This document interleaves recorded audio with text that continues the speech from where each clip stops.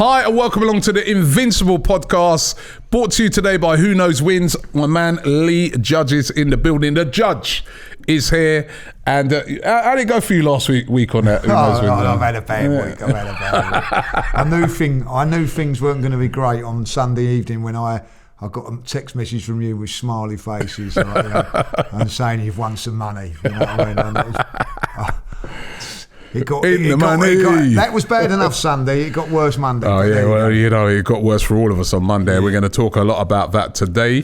But yeah, listen, don't forget, get involved with Who Knows Wins.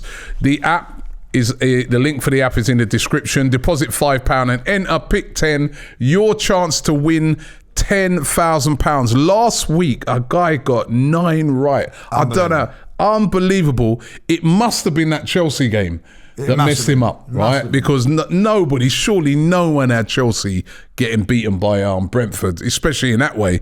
But well done to him. But I'm just going through my picks for this week. Arsenal, Brighton. I'm going Arsenal. We've got to win that game. We're going to talk about that. Middlesbrough versus Hull. I've gone Middlesbrough. Forest versus Birmingham. I've gone Forest. They're on a great streak at the moment. They could be in the Premier League. Playing a bit safe here, Robbie, aren't you? Like, I had a go at me for that last All right, week. Preston versus QPR. Who did you go for that? QPR. Well, I've gone for a draw. See, playing it safe. By the way, QPR have lost their last 4 games. Exactly. That's why. That's why I'm going for it. Reading versus Cardiff. I've gone for Reading. Right, Reading on a little form at the moment. You know what I mean? Yeah. Southampton versus Chelsea. I have gone for Chelsea, but after watching them in the Champions League, they're on a bit of a downer. You never know. There could be a shot there. Swansea versus Derby. Gone for Swansea. Watford versus Leeds. Gone for Watford. Could go anywhere in that game. West Brom versus Stoke. I've gone for a draw. And Villa versus Tottenham. Gone for a draw. I'm just looking at it, actually. Tottenham won their last 3 games. Villa have lost their last 3 games. Come on, Villa, man. We need a favour. We didn't need many favours last week, but we need favours now. Listen, don't forget, get involved right now. The link is in the description. Chance to win, yourself £10,000. Good luck. Monday night wasn't a very good night. We went into that night with a lot of optimism. If we beat Crystal Palace, we'd have been 2 points behind Chelsea. We would have stretched out our lead against Tottenham and in particular Man United. But it was a loss. And listen, losses are going to... I've been saying this all along, right? When people are mapping out the games from now till the end of the season, everyone's like, well, we got 2 games in, and if we don't lose that, they forget the games in between. These are difficult games going to Crystal Palace away. And there was always a possibility that that's a game you could lose. You know what I mean? They beat Tottenham at home 3-0. All you Tottenham fans have been getting at us, right? I think you forgot that you went there and lost 3-0 as well. It's not an easy place to go to. They got a draw against Man City. Could have nicked it at the end as well. Yeah. They've taken 4 points off Man City. Yeah. Patrick Vieira, by the way. I hear people talking about Lampard and Gerrard. And the best guy doing the best job out of all these legends at the moment is Patrick Vieira. He's having a great season in the semi-finals of the FA Cup, and they put us to the sword on Monday. We lost the game, but it wasn't just the fact that we lost the game. You got a game, you say, all right, lost, dust yourself down, come again, which we obviously got to do. But it was the damaging injuries, I feel, on top of that. To Kieran Tierney, right, who's now out until the end of the season. We got that news just before the game, which everybody was like, what? Because, we've had such a settled team over the past, couple of months. And then Thomas Partey also limping off in the game. It's worrying. They said they're assessing him. It may not be horrible, but I get the feeling we know how these go already. Yeah, he's out for 3 weeks. So it's terrible. It's because these injuries are to absolute key players. Last month, Thomas Partey, he was player of the month. He's been excellent for us. And the question, is, let's talk about the game first and what you made of it. But also, I want to go on to find out who plays at left back, who plays in midfield, who are we going to put in those positions. But first of all, the game. Shocking. Just everything about Monday night went wrong. Everything, you know, from like team selection, team injuries. It was a massive, massive defeat for us. I think, like Arsenal just don't win. You know, like just don't lose, do they? It's do you know what I mean? Other teams just lose, and then just we have to have injuries on top of injuries, and you know, massive, massive defeat. And this is where I get a little bit. Not a little bit miffed with our fan base at times, you know what I mean? Bigging up Mikel Arteta and saying, you know, you've got to sing these songs if you don't, and blah blah blah blah blah. You know, I'm not going to be lauding Mikel Arteta when we're losing games like this. It wasn't that long ago we got knocked out against Nottingham Forest. People just seem to forget about these results. Everton away. Look at Everton, by the way. If any 3 points comes back and bites us, it's Everton at home. You know, away. Away. We've had Burnley at home. There is 3 or 4 good performances, and there's this one performance that goes. What I will say about Mikel Arteta, and I love what he said when he come out afterwards. He come out and said, blame me, blame the players, blame my coaching staff, blame everybody.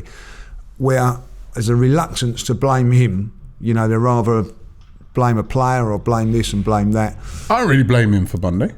Oh, I do.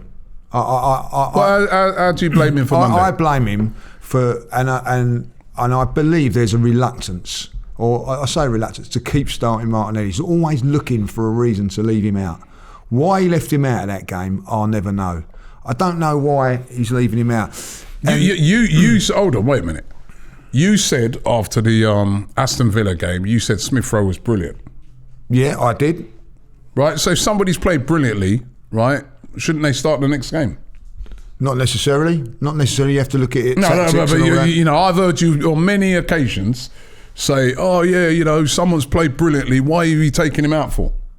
Well, I would have played Smith Rowe. Huh? I would have played Smith Rowe. Where? I would have played him where he was, and I would have put Martinelli in place of Lacazette for that game. What worries me about Mikel Arteta for this game, just on this game here, was he was out fault in that game. I looked at Crystal Palace, and every little detail of what was good about Arsenal, they had a solution for. So they watched the games, known how to nullify Arsenal. And the way to nullify Arsenal was to push right up, squeeze in the midfield, block all our outlets and press. By not playing Martinelli, that allowed Crystal Palace to do that. If you have a look at the second half, we had dominated the game. Why? Because Crystal Palace, even though they were 2-0 up, dropped back. Allowed us to have the play. And the reason they dropped back is because they were 2-0 up. If they had Martinelli on that pitch, they could not. We didn't have an option. They strangled us. We didn't have an option. What would have been the option was the long ball over the top. And you've then got Martinelli with pace running in 40 yards of space. But so they would have probably, if Martinelli was playing, dropped off a little bit, and maybe we'd have got a bit more success in the midfield. Listen, I think if you look at Mikel Arteta, he come out and said, I got it wrong. I think that he probably knows that he got it wrong, and I quite like that he come out and said that. Yeah, but you know what? I more blame the players than Mikel Arteta for Monday. I'm sorry. This is one occasion where I think the players are at fault. I mean, Thomas Partey, who's been brilliant for us. Yeah. Everyone right? played bad. And I'm not getting too hard on the cases of players unless they repeat that again this weekend, right? Yeah, you can have an off day, right? But somebody like Thomas Partey, who every team has tried to press him because they know that, you know, he's a dangerous player. But what he's done in other games is, despite being doubled up, being pressed, he's still been good. He's still got his way out of it. He's still had a great delivery. In the Palace game, the amount of times he gave the ball away, even sometimes under no pressure, just simple passes, he was dreadful, right? Gabriel in defence, dreadful. Absolutely dreadful. You know, Ben White weren't much better. These are guys that have been very consistent and been performing really, really well for us. They were very, very poor. So if you don't defend right, you know, it doesn't matter if Martinelli's on the pitch. You don't with the defending and you know, and even little details like we've been so good at defending set pieces and corners this season, and we were terrible Absolutely terrible. A first goal. I mean, all right, they're a little bit fortunate with the way it sort of bounced and that, but still poor defending and you know, and obviously no Kieran Tierney, who's been excellent again over the past 6 weeks. In comes Nuno Tavares with that absolute shocker. So it's hard. It's hard. You know, I mean, the intensity weren't there. Those players would have known when you go to Crystal Palace. That's you know, I mean, you don't just look at any game that they've played there against any of the big teams in particular. They're like men possessed. That's how they play. High energy, high octane. We just didn't cope with it. We just didn't. We had no intensity until we got to the second half. And then even then, in the second half, I felt there were chances to get back in the game. Players that have normally, you know, been clinical, Emile Smith-Rowe, misses a couple of chances that he should have bagged at least one of those. Would have been a different game because Palace have been a team that once you've got a goal back against them this season, they've been under extreme pressure. And Odegaard misses an easy chance as well. And then to round it off, Martin Odegaard goes and does exactly what he did at Man United and gives away a stupid penalty and kills the game. So it's really hard to put that solely on Mikel Arteta. Where I would argue, there's definitely blame to be put. It's not so much on that game, and I think Turkey spoke about it in his fan cam after the game, which is the fact that in January we didn't strengthen certain areas, namely striker position, and we didn't strengthen the midfield. We were after a midfielder all January. Remember, we was after that Arthur. Yeah. We was looking at Bruno Guimaraes, who's gone to Newcastle. We didn't get nobody. We didn't get a striker in, and now look, we are lacking in those positions. No Thomas Partey. Who's going to replace him? Well, someone's got to. Someone's got to, but anyone can. You could get you in there. But the thing is, of what quality drop off are we going to get in there now? Well, I look at it then. There's not going to be a drop off from Monday. Because you know what I mean, it was absolutely shocking. So, all right, that was absolutely shocking. But still, if we're trying to get to the levels that we were before Monday, right? Sambi Lokonga, great up and coming player, but he can't do what Thomas Partey does.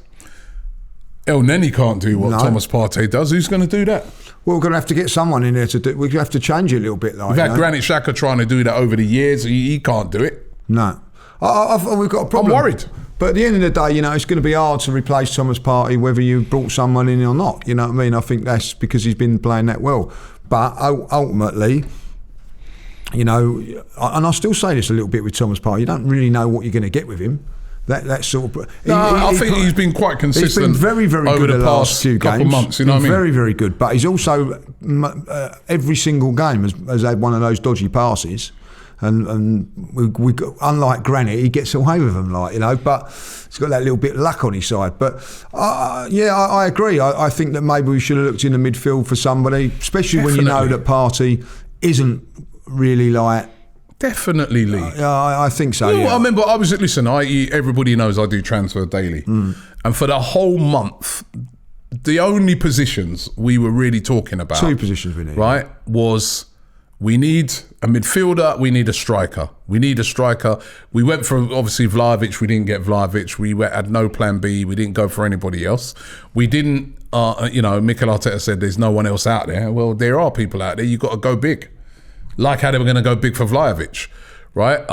Because, at the end of the day, they're going to go and buy a striker this summer and it won't be Vlahovic. I know it'll be cheaper, probably. But, and then we needed a midfielder. I was like, all right, we haven't got the striker. We've got to get someone in that midfield, right? Because remember, January was the month where we had bare problems in the midfield because we had no Partey. Then he came back. We had no Xhaka because he was out. And that's where we were losing games because of the midfield. And we didn't get a midfielder. We've managed to get through all this time with the squad that we've got. Everyone stayed healthy and fit. And we've been brilliant. But now the thinness of our squad might come back to bite us because I don't know who's going to be able to come in and do that Thomas Partey role. And then the other big area of concern, of course, is the news that we got that Kieran Tierney is out for the rest of the season. Great player, Kieran Tierney, but injury prone now. How many injuries is that now since he's come in? The backup was, of course, Nuno Tavares, who came in earlier on in the season when Tierney was out as well for quite a few weeks. And I thought did very well. Apart from the Liverpool game where, remember he was all over the place in that game. But he did pretty well in that game. But the other night, he was shocking. He got hauled off in that game against Nottingham Forest, famously, live on TV in front of the world after about 20 minutes. And he got hauled off at half-time. When that's happening to you, what the manager's basically saying to you, you're like, you've messed up, I don't trust you. Yeah, I don't trust you, that's what he's saying, yeah. Right? So now we've got a problem because Kieran Tierney is out for the season. He's got to have a knee operation that was confirmed by Arsenal during the week. He's having knee surgery. He's out for the season, right? Big blow for Scotland as well in their qualification hopes. But right now, sorry, Scotland, I've got to be focused on Arsenal. It's a major blow for us. All of a sudden, a settled team that was doing so well is unsettled. And who plays in that left-back position? Come this weekend, who plays? Who plays against Brighton? Well, I'd stick with Tavares because if the common denominator on those 3 games that you said, they only had a nightmare at Liverpool, a nightmare at Forest and a nightmare at Palace. They're all away from home, where it's more emphasis on to defend. So when we play Brighton, it's more emphasis on us to attack. And I think he's done very, very well when he's played at the Emirates. The trouble is now, Mikel has smashed his confidence. In the 2 games that he's played and been hauled off at Forest and at Palace, we've had shockers. Not just him, the whole team. You could have took anybody off, and I love the way he's ruthless with him. You know what I mean? Well, he's not ruthless with other players. You know what I mean? Like, what did Lacazette do in that game? He's not being hauled off after half hour and bring Eddie on or whatever, So I feel there was a little bit of mismanagement on his side. I would have, not so much this game, maybe, but the game against Forest, I would have rode it out for him. I'd have said to him, you're having a nightmare, deal with it. See how you can deal with it. The end of it, we lost the game anyway. So by changing, we lost the game, this game, when we was 2-0 down. When the game against Forest, it was 0-0 when we took him off, so we still lost the game. So it was the wrong decision. Just let him play and get through it. Obviously, there's a trust issue there. But I'm sorry, when I see other players playing as poorly as that, they're given a licence to carry on. And that is a big worry for me. We got some really difficult away games, and hopefully by then, Tomiyasu may be back. But for me Tomiyasu is not going to be back until at least after the Southampton game. So what happens at Southampton? Well, exactly. I think maybe you're going to have to look to change the system. Maybe go with 3 at the back. So you don't trust him either? Not away from home, I don't know. I don't. The proof's in the pudding with what you said, those 3 horrendous games that he's had.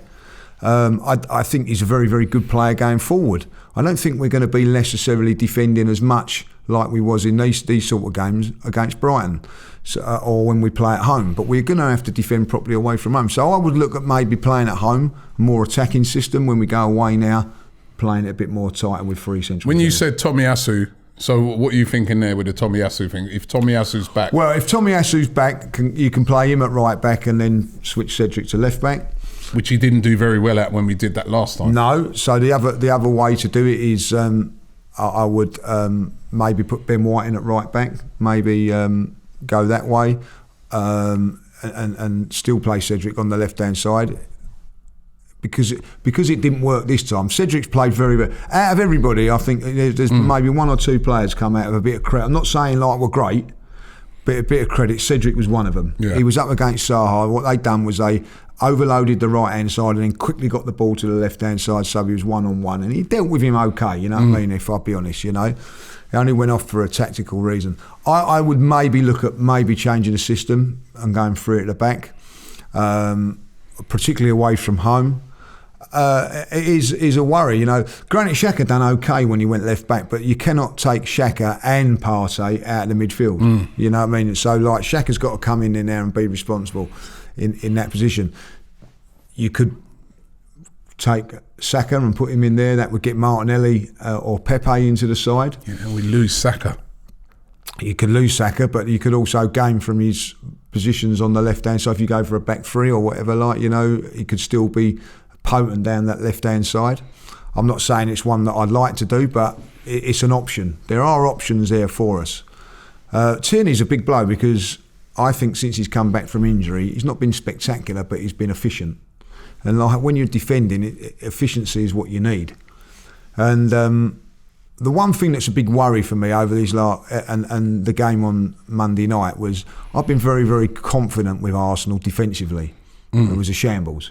Yeah. And I'm worried Confidence has been knocked, hasn't it? Well, yeah. Confidence has been knocked with the fans. Will the confidence be knocked with the players? Nuno Tavares' confidence can be very low. Yeah. How does Mikel Arteta... Because I feel now, I agree with you. I would play him against Brighton. I think we have to play him against Brighton. Yeah. We have to try and get that kid's confidence up, right? And that would be a big boost by him playing. Yeah. And I think, good manager. He was brought in as the backup to Kieran Tierney. So he was brought in because we recognise that Kieran Tierney's injury prone, great player, but injury prone. This is the guy that he can back him up. But what we've seen with him, he's great going forward, but defensively he's very naive. Yeah. And it's how do we solve that? Can he step up? We've had occasions, right, where players of... I always look back to Flamini when he came in for Ashley Cole. Done a job, didn't he? Yeah. Done a brilliant job.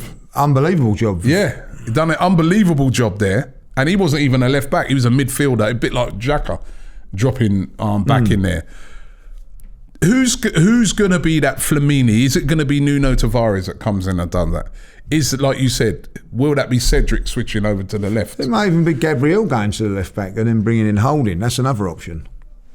Who's going to be that person in midfield? Someone's got to step Who's up. going to come into that midfield and take over from Thomas Partey and do a real good job? Could that be Lokonga? Two options for me in that like Lokonga or Smith Rowe, and you go in there with like Smith Rowe and Odegaard as a two, with Xhaka holding it.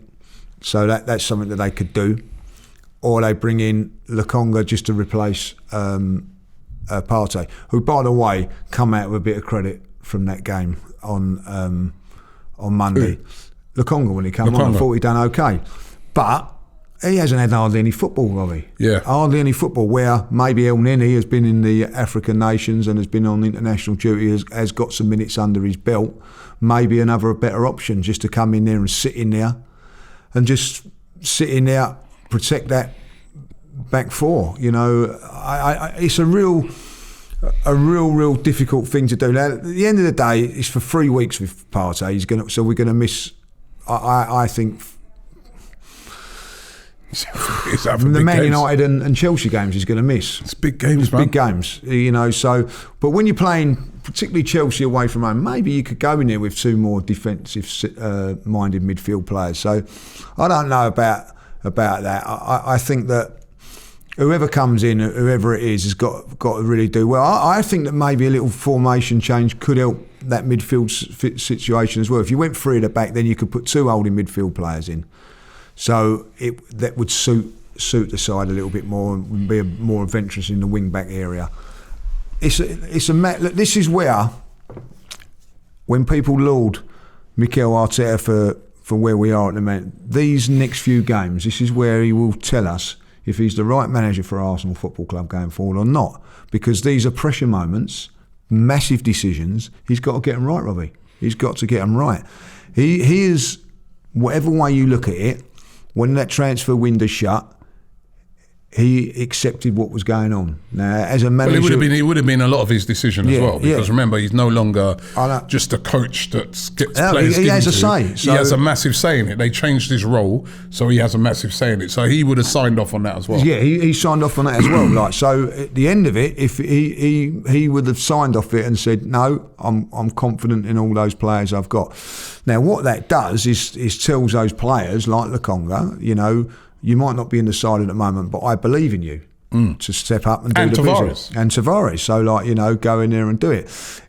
I think if you was if Arteta might have, if I was managing the team at the moment with Tavares, the next day I would have said to Tavares, don't worry about it, or even on the coach on the way home, Saturday you're in. Get your head right, Saturday you're in. Like, you know, give him the confidence to say, right, I'm going to go you're there. Playing, like, you're definitely playing Saturday. You're definitely playing and go from there. But ultimately, I don't care who you are, and being a professional footballer or not, his confidence will be knocked. One bad little move and all that on Saturday could go. So what I want is the Arsenal fans, if he is playing, to get right behind him and all, like, you know, we're with you. No groaning. Whatever he does, we're on you. Give him the confidence to go, yeah, I want the ball and want to be doing this. Like, because what I see at the beginning of the season, when he was making those powerful 80-yard runs past players and all that, was encouraging. So there is a player there. You know, is a player there going forward? Is there a player there in defence? The game against Leicester, when we won 2-0, we played at that game there, so and done very, very well. So yeah, you know, I don't know why he's. I think that you know, the game against Forest was a bad call by Mikel. Yeah, when players get hauled off, in my experience over the years, when a player gets hauled off early in a game, like either half time or he gets hauled off like after. When a player, well, let's deal with the Forest one. When a player gets hauled off after about 25 minutes, basically, it's very embarrassing. And normally, managers don't necessarily do that because you're having a shocker. You are normally having a shocker, but there's always something else to it. A manager will normally still leave you to a half time. You're having a shocker. Where they'll haul you off after 25 minutes, because remember, as you said, it was still 0-0, is basically what the manager's saying, you're not following my instructions. I'm telling you things to do, and you are not doing what I'm telling you to do, so you're getting off. That's when they do that, to make a point in that way. The one the other day, he hauled him off at half time. I feel that's more like he's saying, you're having a shocker. So it's not so much that you're not following my instructions, you're having a shocker. I think the first one was the really embarrassing one. Obviously he was having a shocker the other day, but I think it's more, it was just like, I have to change something because you're having such a bad game. So he might have been in the change room, said to him, you know, listen, you're a bit unlucky, you've come into the firing line in a game you didn't know you was going to play, Tierney's out, you're having a tough time, I'm going to bring you off and try and stiffen that up at the back, right? So I hope it's a vibe like that. Whereas the first one, I definitely feel, especially when you looked at the expression on Arteta's face in that game, and the fact that Tavares was all over the place, he was doing stuff that,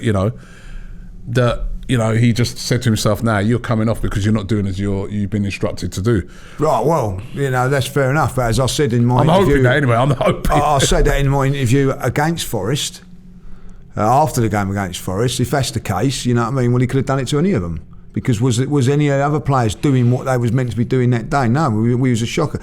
You know, when you take somebody off, like a game like, and that, like, we've all been, if you've been a manager or a coach and whatever, if everybody's playing bad, it's very, very, you've got to do something, right?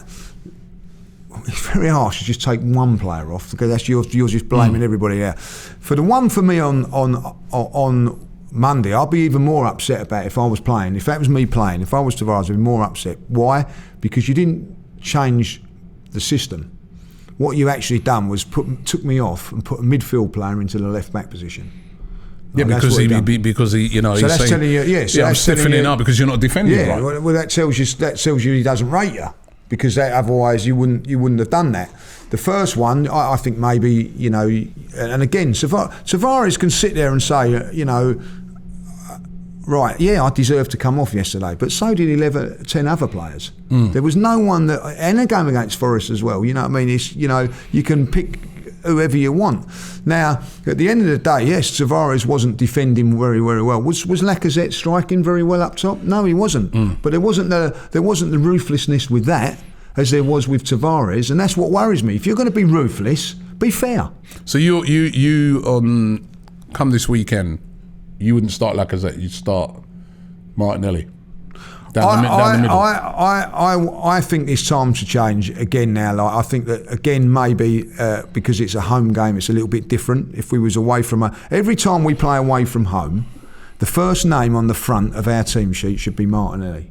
And not because I like him or whatever. He has something that no one else in this football club has. Raw pace. Right. Okay? Every first name on the team sheet in what position?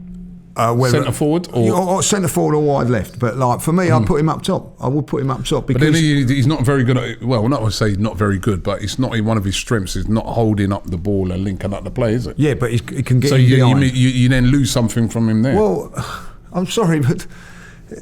Was Lacazette's link-up play very good? No, he was terrible in that game, but he's not been terrible in all games, has he? Not all games, but he's been integral in linking up the play in most of the games. I watched the game against Aston Villa. Even though we won that game, I even said it at the time, Lacazette, 20 minutes gone from the end, was gone, physically gone. And also, the last 10, 15, 20 minutes, Aston Villa squeezed right up on us because we didn't have the outlet with what we've got. So when you've got Saka and you've got Smith Rowe, all players intricate and all that, like, you need someone to get in behind.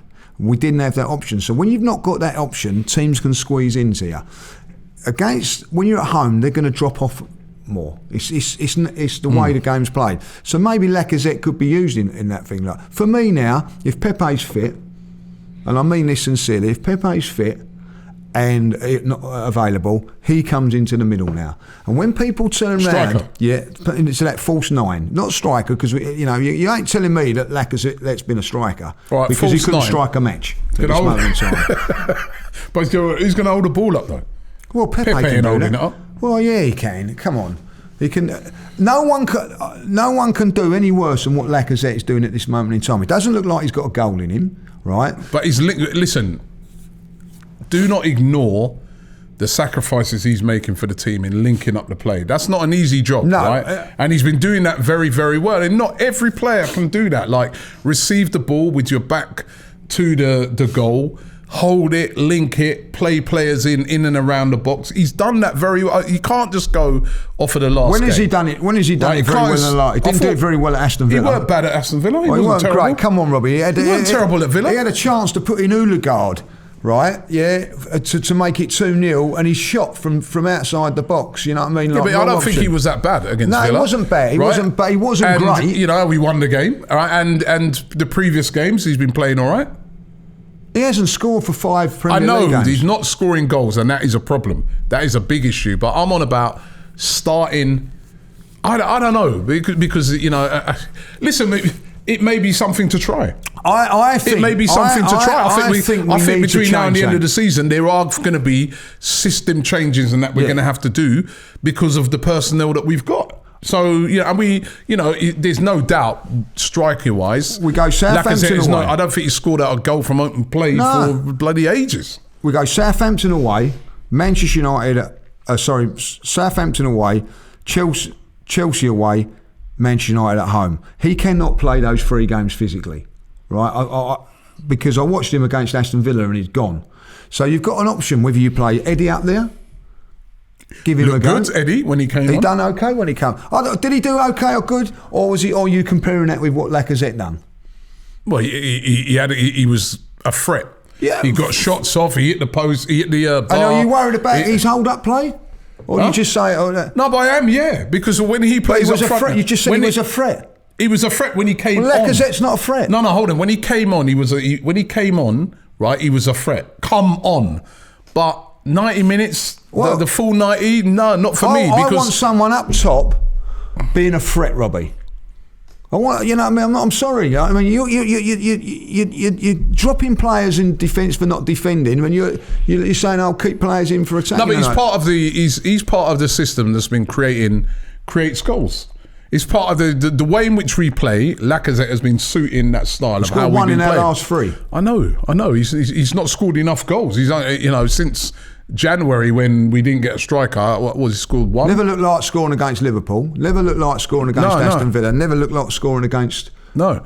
Listen, I'm not having a go. I'm just saying, like. No, you are having a go. I mean, just a bit of watching as well, you know. I've had a go. I'm saying, you know what I mean? He ain't in all fairness to you, the more you're saying it might be time for a change. Actually, I'm going to come round to your side in a way, right? Because that's what's been working up until now.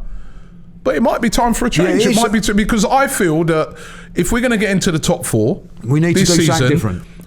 We're going to have to be creative, right? Yeah. We're missing now. He's gone. You know what I mean? Kieran Tierney's gone we won't see him until next season, right? We're not going to see Thomas Partey for a couple of weeks. He's gone, right? Lacazette has not been scoring goals, as you quite rightly said. Maybe change it up now. Give something else a try.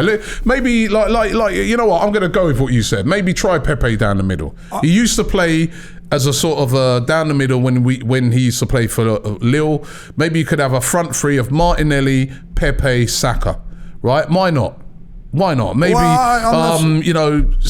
let's have faith in Sambi Lokonga and say, look, you know what, go out there and show everybody how good you are. Nuno Tavares, I definitely think he should start at the weekend. Yeah, I do. Because if he doesn't, what is his confidence going to be? Well, he's finished as an Arsenal player. And we're going to need him. Yeah. I think we're going to need him from now till the end of the season. We bought him in as the backup left back. So play him. We're going to have to play him. I look at it this.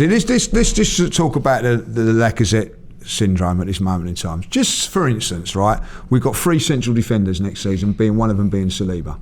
Yeah. Right? So you've got Saliba, White and Gabriel. We'll pick on Gabriel at this moment in time. He's had 3 shockers. Yeah. Right? Yeah. Are you gonna say, oh no, you've got to keep him playing, or you're gonna bring in Saliba? You'd bring in Saliba because he's a good quality player, right? Yeah. Well, at this moment, because of Lacazette, we are leaving out either Martinelli or Smith Rowe. Or Pepe as well. Or Pepe, yeah. So 3 players we're leaving out for a player that's not doing the business. I'm sorry, he's not doing enough, in my eyes, to leave one of them 3 players not starting. And that's my beef now. But because of him, it's either at the moment it's either him or it's either Smith Rowe or Martinelli. You know what? Not happening no more in my eyes. Starting 11. I'm going to get your starting 11. I've got another video that I'm going to be doing later on in the week where I'm going to give my predicted starting 11. I want to get Lee's. Your predicted starting 11. What you actually not even your predicted starting 11. What I would go with. Your starting 11 if you were the manager for the game against Brighton. If I was starting manager, my starting 11. What's your formation? I would, because I'm going to go 4-3-3. All right. Right. If we go away to Southampton, Chelsea and Tottenham, I'm going for a back 3. Okay. Right. But on these games here, we're at home.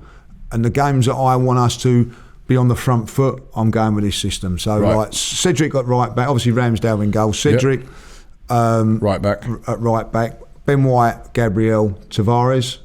Then the 3. Tavares starts. Tavares starts for me, yeah. Okay. In the midfield, Sambi. Yep. Xhaka, Odegaard. Who plays that deep role? Xhaka and Sats and Lokonga. Yeah, but they're both quite deep. No, I'm more Lokonga. It's just Lokonga comes in and does what Partey's been doing. Right, okay. I'm going to say to him, like, this is your time. This is your time to shine. Right? What a lovely saying. Go in there and do that, like, yeah. So Lokonga, Granit Xhaka, Martin Odegaard. Yeah. Up front, Smith Rowe. Left? Yeah, Smith Rowe, Martinelli. Down the middle? Saka, yeah. And they can alternate, you know what I mean? Like, you know, do little bits of it, whatever. Like Interchange. Interchange. That would be my thing. Okay. Pepe on the bench, Lacazette on there. I did say, like, yesterday on the Forever Arsenal that he might go with Odegaard in there and Smith Rowe, like he did yesterday. That could allow, if he wants to play Lacazette. If he wants to play Lacazette, but that makes sure then you're going to have to play Smith Rowe, Martinelli and Saka. I want in my team Saka, Martinelli, Smith Rowe playing. I don't want one of them left out in the team. So for that, Lacazette, like, you know, go. So yeah, I would go that. All right, interesting. You know what? I'd love to hear from you guys. Your 11 that you would like to see start in that game against Brighton. Let's see if we can predict it right. We can't predict the scores. Is Mikel Arteta going to be a bit creative in that game? I mean, now he's been forced into certain changes. Is he going to be creative could we see Martinelli? He's never, ever really gone for that, has it? Putting Martinelli as a striker. He doesn't... Well, he did at Chelsea. When do you remember like that time it was forced into? That's why I feel we got to do it. We forced into it, away from home. And look at, if you ever look at the goal that he scored, the reason he got that goal is because Chelsea are squeezing right onto the halfway line and left the space in behind. So he can do it. He played very, very well that day. I remember the time when Martinelli came in for Aubameyang was out when he got sent off that time. He played really well. And he scored 2 goals in 3 games playing as a centre forward. Yeah, so give him the opportunity. I've been kind of miffed why he's never really tried it. But, okay, well, it's going to be really interesting. It's a must-win game. Brighton, let's just remind each other, remind everyone of the 3 teams really that are really, well, you can't discount teams like West Ham now. They're drawn back into it and stuff like that. Let me look at the fixtures for the weekend. But obviously, we are playing Brighton. Tottenham, they got to go to Villa. I think Villa have lost their last 3 games. I think it's not the same type of Villa that maybe before we were looking at and thinking, we might give them a tough game. No. But I think because of that defeat on Monday, we are now going to have to rely on other teams doing us favours. I think it's still in our hands. It's still in our hands, I know, but we've got some real tough games, Kat. We need Villa to do us a favour. Yeah. We need Everton to do us a favour. Yeah, so that's the other game. The other game, so Everton versus Manchester United. Bloody hell. 12:30 kickoff. Everton, after their loss against Burnley, that's a must-win game for them. Their fans will be up for it. But it's Everton, and they are rubbish at the moment. They beat us, Yeah, they did, but... They could get the best I think that Everton could get from that is a draw. Like, you know what I mean? Can't see Everton beating Man United. Do you know when you say about confidence? Look at the players. There's confidence, the lack of confidence in that team at the moment. But that's what you're hoping for. You're hoping that Villa can go and get something against Tottenham. Yeah. You're hoping then that we can get our results. I don't think we can rely just on our results to get us through. I do feel now that after that defeat on Monday, we're going to be having to. And listen. It can happen, you know what I mean? Like when you just think that there's not, you think that Spurs are a certainty, they might not get the result. But I do think that we're hoping that somewhere along the line, these 2 teams can do us favour. Listen, if it was to happen and we win on Saturday and the other 2 slip up, we'd be back into the same position as we was a week ago, but in a better position because instead of 10 games, there's 8 games. So, but I do feel that we are now relying on those sorts of things. Let me just run it down again. So Chelsea in 3rd place on 29, played 29 games on 59 points. That's now 5 points above us. And Chelsea, they go away to Southampton, right? Not the easiest game. It was coming off to the back of a quite damaging. I mean, they've lost 2 in a row now, Chelsea. They lost at Brentford. They lost to Real Madrid, of course. And then next time their confidence might be a little bit low as well. So, but they've got that game. Tottenham on 30 points. They're in 4th place. So I said that again, 30 points. I wish it was 30 points. Played 30 games, which is one more, right, on 54 points. They go away to Aston Villa. Not easy. There's, Villa are a quality side, although they're badly off form at the moment, lost their last 3 games. Arsenal, of course, 5th place, played 29, 54 points, at home to Brighton. On paper, you look on that and think, come on, Brighton. I think they ain't won a game for about the last 7. Drew last week, 0-0 at home against Norwich. You think to yourself, surely. West Ham, they've played 31 games. That's 2 more games than us. They're on 51 points. They got a pretty tough game away at Brentford.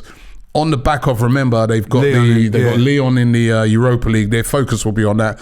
Then you've got to go away to Brentford. Brentford, after having that great win last week at Chelsea, that's a very tough game. Tough. And Manchester United, who played 30 games, that's 1 more than Arsenal, on 51 points. They're only 3 points behind us, remember. They go away to Everton, which I think personally, the way Everton are at the moment, you look on that and say that's a pretty easy game. But you listen, you know, I'll tell you what, you're playing teams now that are fighting for their lives. So, you know, when teams are fighting for their lives, anything can happen. It'd be a big, I'm going to tell you that, it'd be a big, let's see what happens on Saturday, because the following Saturday, Tottenham have Brighton at home. So we've got Brighton at home this week, and they've got, let's see how we deal with Brighton, and let's see how Tottenham deal with Brighton. And then they're the form team at the moment, isn't it, Tottenham? Yeah. They're you know what I mean? You know, Like, but then, you know, just same way, this is why and I've been saying this for weeks. I haven't just, you know, I've not been one of these guys that been like, yeah, top fours. Advantage Arsenal, right?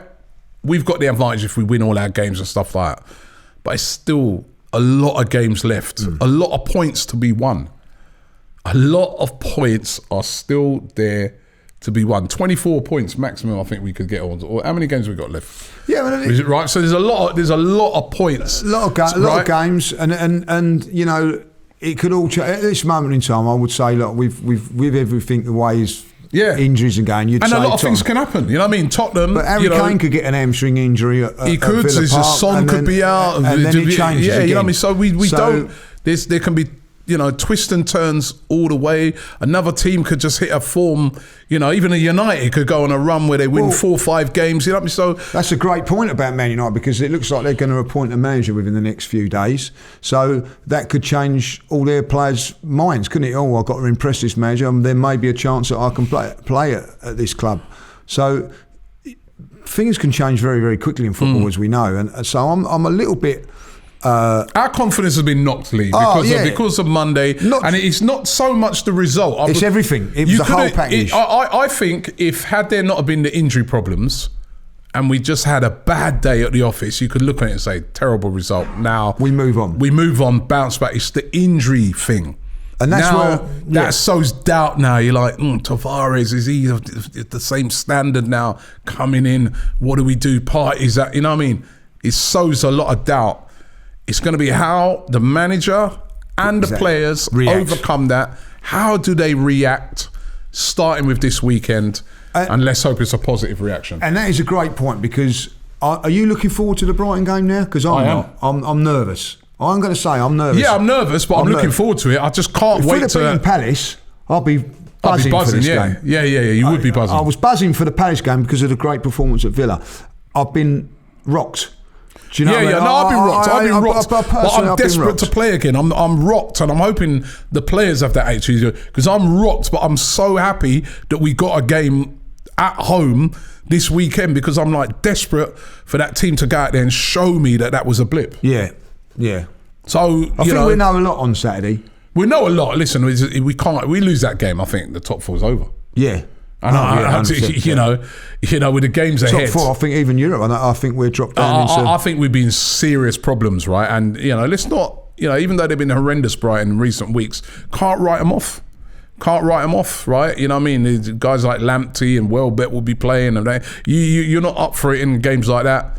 They'd be a team, they'd love to come and spoil the party. Mopey, our friend Mopey, and that, you know. So, but if Arsenal are on it, let's go out there. The most important thing is winning. But I think, you know what? This week we could do with winning in a bit of style as well. Yes, I think just to get correct. The confidence going. We could do with a confident, you know, performance by those guys who are going to come in for Partey and Tierney. Let's wait and see what happens. Lee, thank you very much. Don't forget, who knows wins. Enter your team right now. A chance to win £10,000. The link is in the description. Jump into it on the app. Hopefully we can win on both. Right, you know, 10 grand and 3 points for Arsenal. How sweet would that be? Oh, that would be very nice. Click the link in the description. But big game this week, Arsenal at home to Brighton. Of course, we'll have all the fan cams after the game. We're going to be in the studio doing a watch along. We're all over this game and every game from now till the end of the season. It's crunch time. Can Arsenal react to that loss at Crystal Palace? Find out this weekend. The Invincible podcast. Myself, Robbie, and Lee Judges come together once a week to discuss all things Arsenal.